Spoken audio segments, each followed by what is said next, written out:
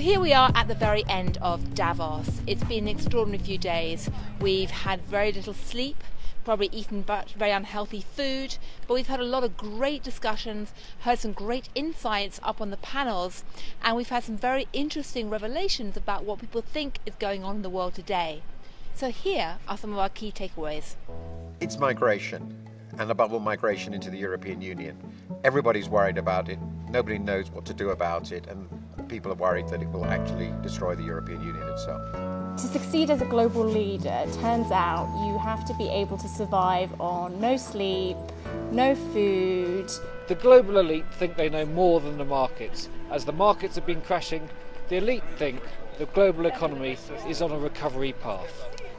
Back-to-back appointments all day long. What else? So the biggest thought that I have heard this week is about artificial intelligence.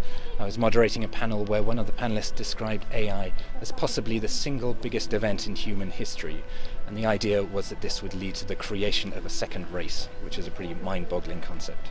Continuous walking. And to me, one of the most memorable moments of all was when I was at a lunch with a number of world leaders, and someone stood up and said, actually, I now think that Donald Trump could end up being president.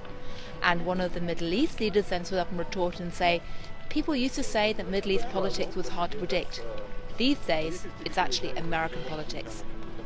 Regardless of industry, businesses have accepted that automation and artificial intelligence is going to eliminate millions and millions of jobs. Nobody's quite sure how we're going to replace them.